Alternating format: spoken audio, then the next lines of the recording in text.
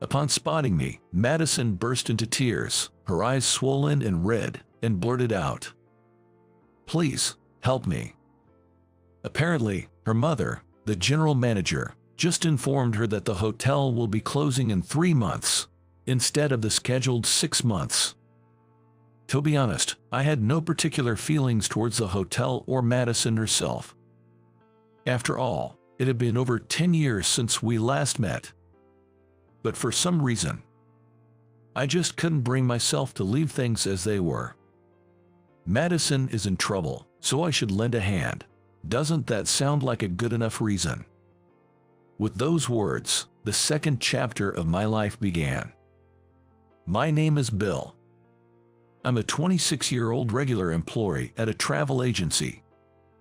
Having worked here since graduating from college, I'm now in my 3rd year. With a junior under my wing, I'm living a hectic life as a mentor. At one point, I found myself at odds with my boss, the department head Tyler, and became his target. Tyler, notorious for his arrogance, was someone no one dared to oppose. Initially, I too was afraid to speak up against Tyler, but one day I witnessed him being excessively harsh on my junior, Tom. "You're hopeless. This isn't school anymore. If you're getting paid, you're expected to work accordingly. This is common sense. People like you should just quit already." We were not in sales but in the planning department. Our main job is to design tours by combining tourist spots with transportation and accommodations. Conducting market research to understand where travelers want to go and what kind of options they would appreciate is part of our work in developing plans. Tyler had torn up Tom's proposal right in front of him and hurled insults at him. I was particularly fond of my junior colleague and knew that he had been working hard all night. He came to me saying, "What do you think about this? I've been really struggling, but I feel like it might work." That's why, unable to tolerate Tyler's behavior any longer, I lost my patience.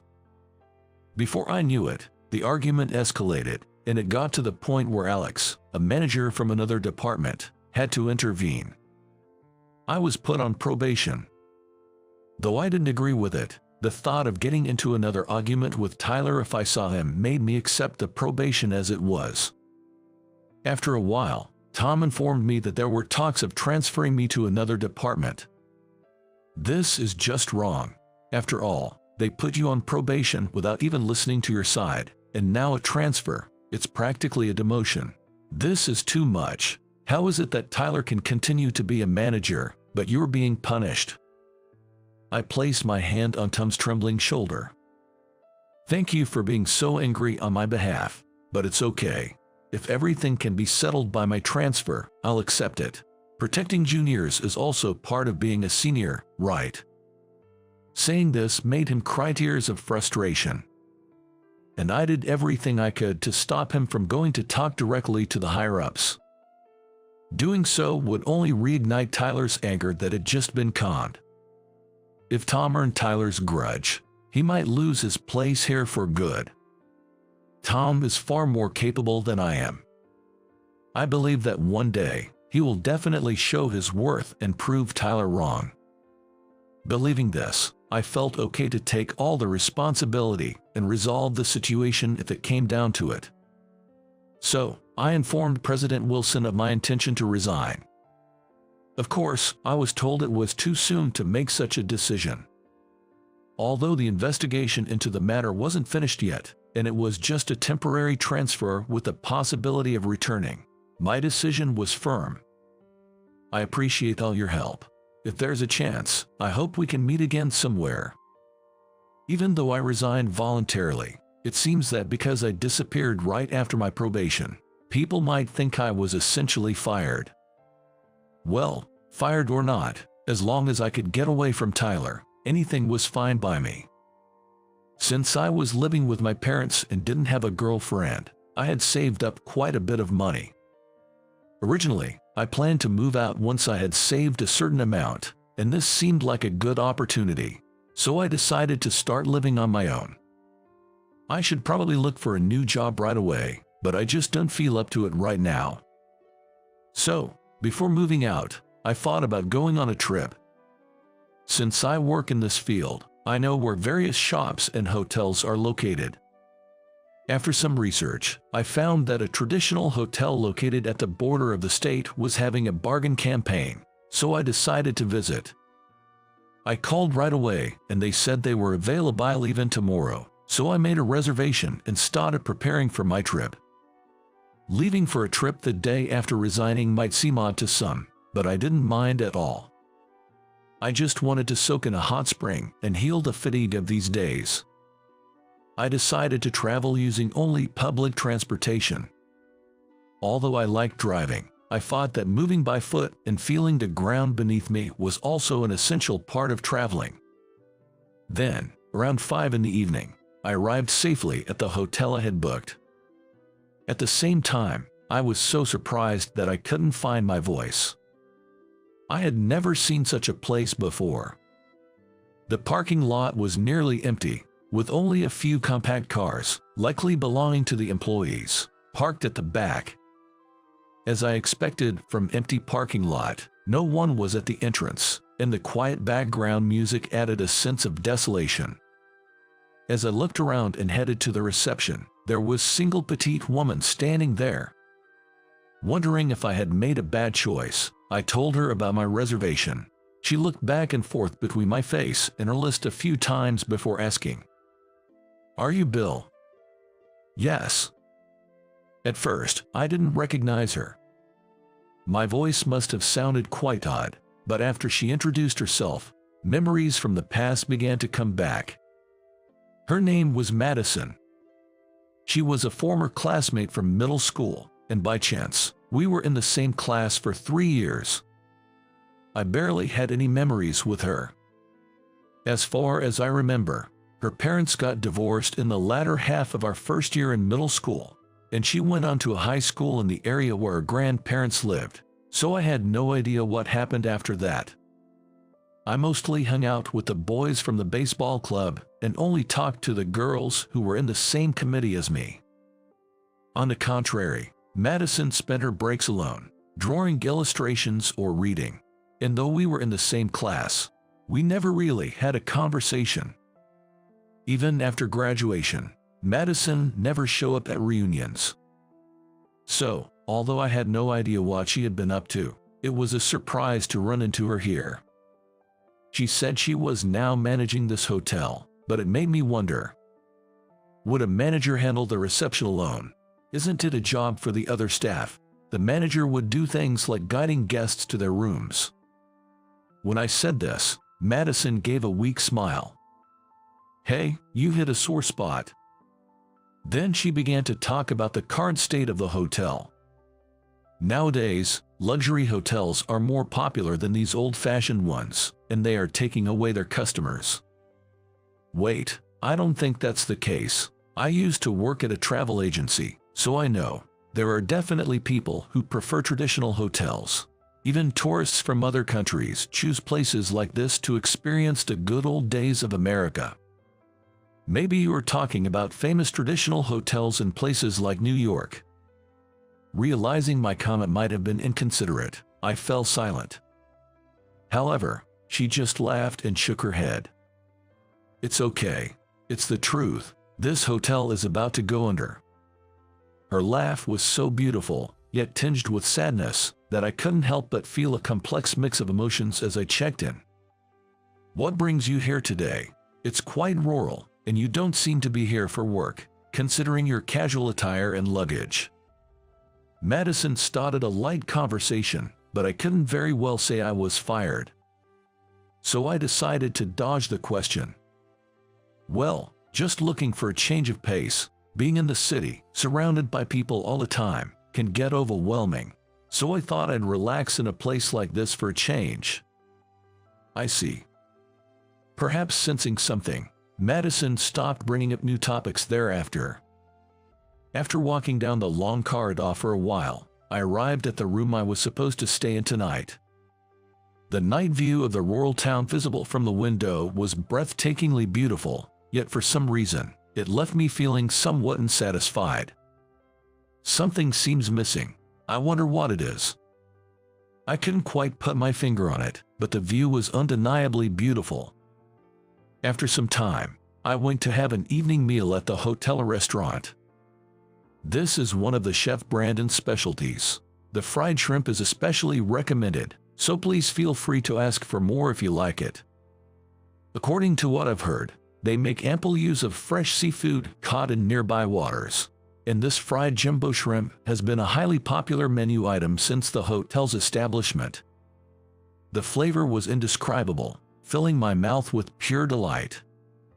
As I savored the bounty of the sea while gazing outside, I couldn't help but wonder why such a place, with its stunning views, delicious food, and famed hot springs, was fading into obscurity.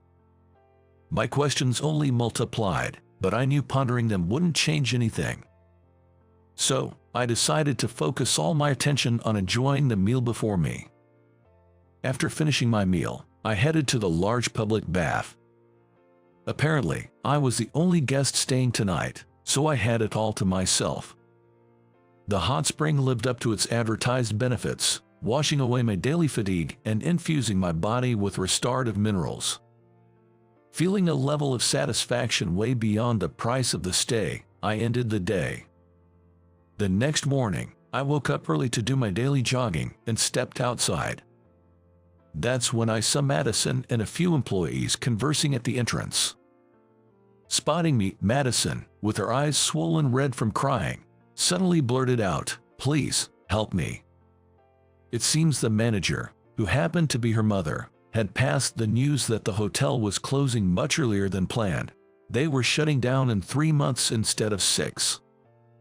Madison had spent her high school years here and was determined to save the hotel from closure.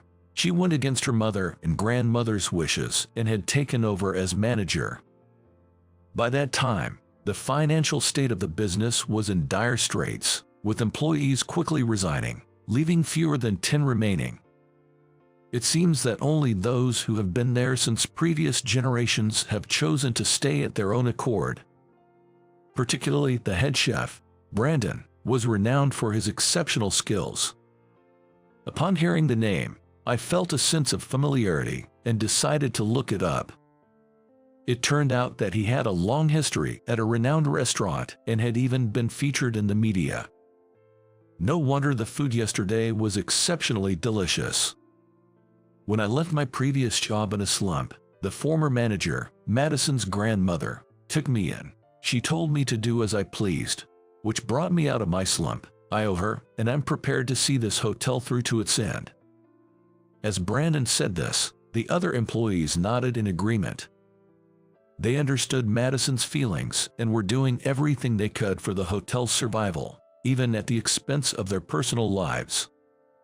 Madison shared her thoughts while looking at the employees.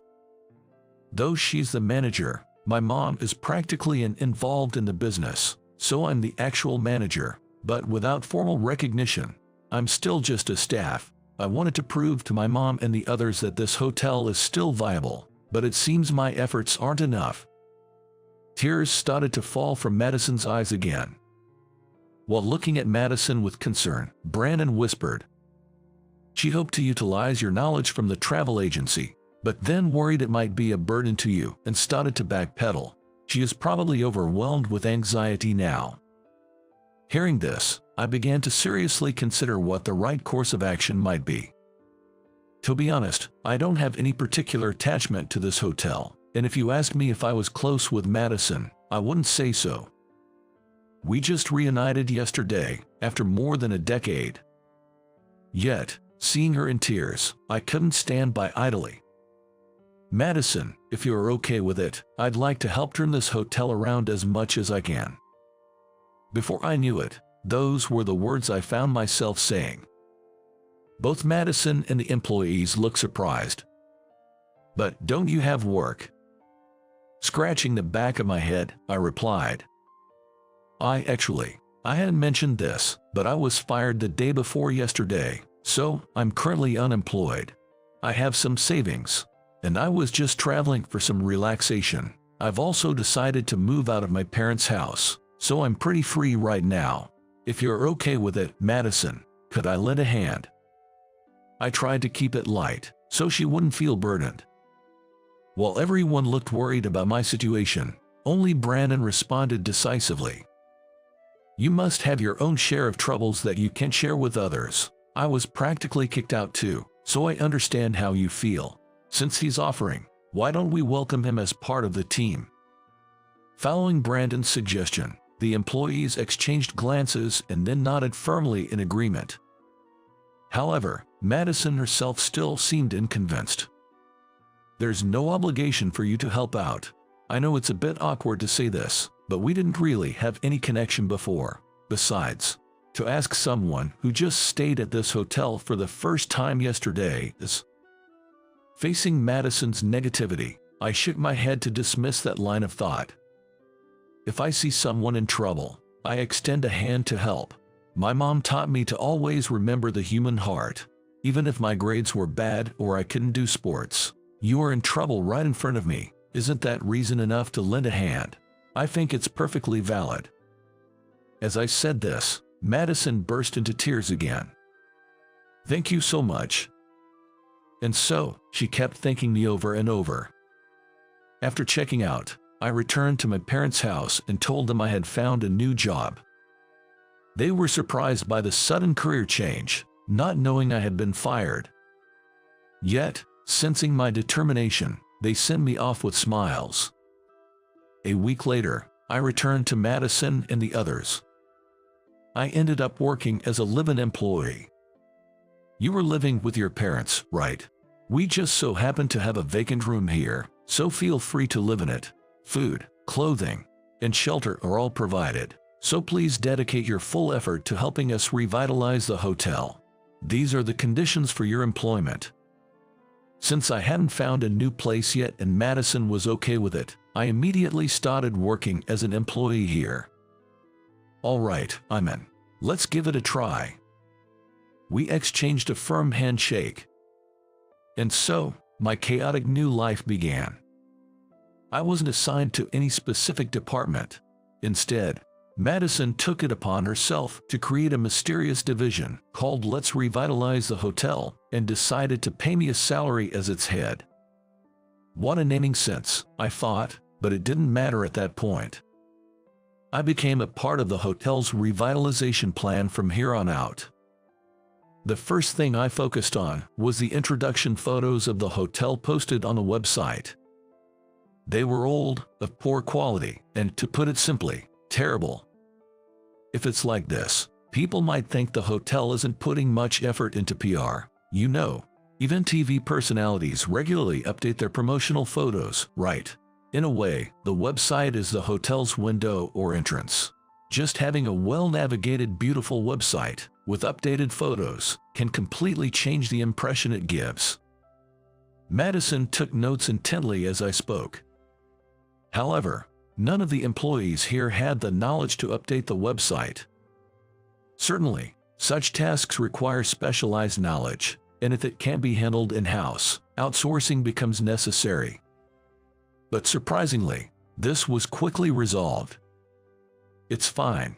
I used to run a blog and have some knowledge. I know a bit about HTML, so why not revamp the website while we're at it?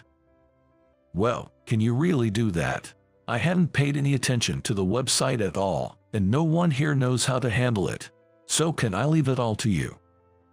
I readily agreed to it and decided to start with the PR for this hotel. Renovating the building was an option, but that was secondary. First, it was crucial to do what we could without incurring costs. So, I dedicated myself to refurbishing the website, even at the expense of sleep. Once the foundation was laid, I realized something. Yes, the unsatisfying feeling towards the night view I had felt that day.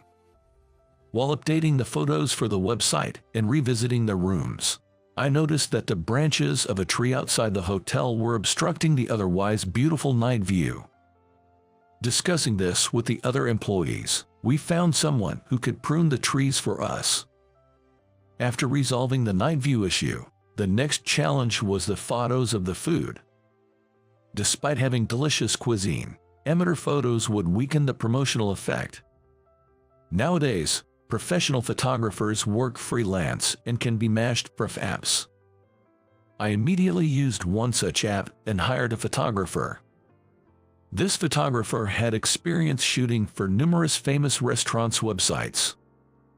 With their skills, we had Brandon's proud full course beautifully photographed for the website. Just by doing that, we managed to completely transform the old website, making it reminiscent of a popular hotel. However, this was just the first step in the hotel's turnaround plan. A beautiful entrance means little if the inside is a mess, and there won't be a next time. In this era, reviews significantly impact business management. After much thought, I instructed to convert some rooms, all of the same grade, into special editions. In other popular hotels, there are rooms available for exclusive reservation by only one party per day. When you look it up, you'll find that weekends and holidays are booked solid for more than 3 months in advance. Since we have an incredibly good jacuzzi, how about creating an exclusive open-air bath with a flowing jacuzzi for just that room? Madison immediately set this plan into motion. It appears that the jacuzzi here has 2 types of benefits: the fatigue recovery effect I experienced, and also a skin-enhancing effect. I thought that advertising these extensively would attract female guests as well. And there might be a need for barrier-free accommodations for those using wheelchairs. We decided to postpone these considerations for the moment and proceed with the feasible renovations. Thus, the hotel revitalization plan that began with the overhaul of the website started to show results as it passed the 6-month mark. It's incredible. Just adding a review bonus has led to so many posts. Seeing this, inquiries about the exclusive rooms have increased. And though it's busy, it's really exciting. Madison was in a particularly good mood. For me, it was just imitating methods used elsewhere, but for someone without experience in planning, it might not be something easily thought of. As more time passed, a year had gone by since the hotel revitalization plan was put into action. We started seeing daily visitors, and the exclusive rooms began to be booked a month in advance. It wasn't that the number of guests suddenly increased. It was thanks to Tom, a former junior of mine, that this momentum started. "There's a lot I owe you, Bill. This is nothing." Tom happily accepted my request. I had asked him to get his sister, a parenting influencer, to promote us. We paid her a fee to stay with us and post a report on her social media. This quickly garnered attention. As soon as it was announced that the first 10 groups could stay at half price in celebration of the renovation opening, inquiries started pouring in. From there, everything progressed smoothly to the present. It might have been a stroke of luck that things went so well, but it was also due to Madison's effort and firm decisions. When the budget was presented, the other employees were skeptical, suggesting there might be lower-cost alternatives. While that might be true, offering quality requires investment. As I pondered how to persuade them, Madison looked me straight in the eye and said, "Let's trust his words. It'll be fine. Bill will surely pull it off. If we don't trust him, then whom should we trust?" I still remember being moved by her words, as they were the exact opposite of what I was always told by Tyler back at the company. He would always say, "Who would believe what you say? If you can do it, even a middle schooler can. Don't get ahead of yourself." Being constantly negated like that, I gradually stopped expressing my ideas, but Madison's positive words changed me. It started off as a situation put in front of me that I just couldn't ignore, but now I had a different reason. I never wanted to see Madison's tears again. That was all. Though I barely knew her initially, working together made me realize something. Madison is very beautiful when she smiles. It's more accurate to say she's beautiful than cute. In this sort of business, visuals are very important. The smile Madison gave me upon our reunion that day was painfully awkward. Forced, with her cheeks taut in an unnatural smile, If the top figure of the hotel has such an expression, it would surely make the guests feel uneasy. But with Madison now, such concerns are unnecessary. Day by day, she prioritizes customer-first actions and initiates before being asked. Madison's earnest efforts bore fruit, and most of the recent reviews praises the young manager, Madison. So, it's no exaggeration to say that this great success wouldn't have been possible without Madison. Many efforts have come together to shape the current results. Then, 3 years after I started working here, Madison's mother, who had never shown her face before, visited. After walking around the hotel and inspecting the interior from corner to corner, she let out a small sigh. I wondered if something had displeased her, but Madison's mother said something unexpected. "I never imagined things would turn out this way. Madison, I was certain you would abandon this place, but I was wrong. It's shining just like when the hotel first opened, filled with the warmth of our guests' happiness. You're a commendable general manager, Madison." Madison's mother was an intelligent woman, but she often seemed somewhat cold. However, her words carried warmth, and her expression as she stroked her daughter's head was incredibly gentle. It was also the moment when Madison finally achieved her ultimate goal of being recognized as a capable general manager. Some time later, Madison invited me to have a meal together on a holiday. "There's something I've been wanting to tell you. Actually, I've liked you since middle school. You probably don't remember, but you stood up for me when I forgot something and Mr. Johnson scolded me, right? That meant so much to me." Come to think of it, I do recall such an incident. Madison had forgotten her homework, and when she told Mr. Johnson, he became furious and began yelling at her.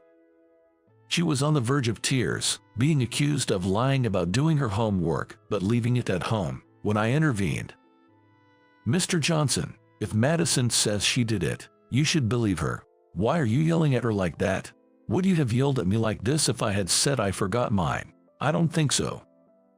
I guess I was quite the troublemaker back then. Mr. Johnson had reprimanded me before, but he had never yelled at me like that. I pointed this out, thinking he chose who to yell at based on who they were. Madison began to see me differently from that moment and harbored unrequited feelings for me for 3 years. In the end, I couldn't say it because my parents got divorced and we moved. I hardly had any friends, so I was hesitant about attending reunions. I really wanted to meet you and express my feelings, but I just couldn't muster the courage. Madison said this with her cheeks flushed. While I was pleased by her innocent reaction, I felt compelled to address a lingering question. "But that's all in the past, right?" When I said this, Madison slowly nodded. Perhaps she shared this story to put an end to her feelings, allowing her to move forward. "After working together for 3 years, I understand how you feel, Madison. I'm touched by your feelings. Well, from now on, let's continue as good friends." My voice might have quivered as I said this, but I managed to hide it. As Madison confessed her feelings, it was also time for me to put an end to mine. Although I felt a profound sense of loss, I was genuinely happy to have found a friend with whom I could share my true feelings at this stage in my life. A few days later, "About the plan for this hotel, I'd like for you to let us handle it as well." Someone from a travel agency came by. It was Tyler. It seems he had requested a transfer from his previous department and had restarted as a regular employee in a department mainly dealing with procurement and arrangements. After you left, ironically, I was made aware of how valuable it is to have someone who can confront you with their opinions directly. If you want to laugh, go ahead. I was just an arrogant manager who put you and others in difficult positions. However, I didn't laugh off or deny his words. I still can forgive you, but that's separate from work. Do you understand why I accepted this proposal? Because of the profits. Of course, that's part of it, but the main reason is that I noticed your change. Tyler, you originally wanted to work in this area, right? From our email exchanges, it was clear you knew our hotel in great detail. even if it meant becoming a junior employee. And even knowing there were subordinates you had run before, you reached out, wanting to be involved. I accepted because I believe the person you were back then is no longer here." Hearing this, Tyler's shoulders trembled. He bit his lip hard, trying to hold back something welling up in his eyes. Watching from behind, Tom stepped forward and said, "I always thought Tyler wasn't suited for that department. Can you believe he called my proposal rubbish and threw it away? But after you left and Tyler transferred, another senior took my idea, succeeded, and got promoted. You see, Tyler had no eye for good ideas. This must be his true feelings." Though perhaps it wasn't necessary to say, it seemed Tom held a grudge on Tyler, who had constantly picked on him. Yet, it wasn't out of malice but more like reminiscing about a past memory with a laugh. Tyler, sensing this, laughed out loud. It was the first time I had seen him smile. "Yeah, you're right. I was no good at planning, but I do have a knack for this kind of work. After all, I was the one who spotted this hotel." "Indeed. Well then, Bill, I'll go make some coffee, so please take it from here." With that, Tom hurried off. "He's changed, hasn't he?" "Yes, he's been doing quite well since joining here. Maybe it's the power of love." "Huh, what's that supposed to mean?" Throughout the business discussion, there was an unexpectedly peaceful atmosphere that would have been unimaginable before. Shortly thereafter, it became passable to book our hotel through the travel agency I used to work for. This led to an even greater increase in visitors, and despite significantly expanding our staff, we were still incredibly busy. We received particularly high praise for our cuisine. It's the greatest joy for a chef to hear people say our food is delicious, from young children to the elderly, including those with allergies. Brandon has taken in many apprentices and is now creating American and Italian dishes, as well as kids' meals. Recently, he's even started experimenting with baby food. The hotel's top priority is providing a comfortable space for everyone, regardless of who they are. Finally, the dream of having a large venue for wedding receptions in a separate building has been realized. This was apparently Madison's long-cherished wish. There's a church nearby, and couples who have had their wedding ceremonies there have mentioned how great it would be to have their receptions at this hotel. So, we planned once again, and the construction was completed without a hitch. Now, the very first couple appeared in the banquet hall. "Wow, wedding dresses are quite heavy." "Really, that's your first comment?" I couldn't help but interject, which sparked laughter all around. "Hey, don't mess with my wife. Even if it's you, I won't allow it." That was Tom, making his entrance. To my surprise, he got married before me. After joining us here, he and his partner hit it off and, following a serious relationship, they decided to tie the knot. To both of you, may you be happy forever. Madison, I liked you too. As the festive reception began, my murmured words were drowned out by the surrounding congratulatory messages. Perhaps it's time for me to start looking forward as well. Watching the happy couple, I felt a warm sensation spreading through my heart.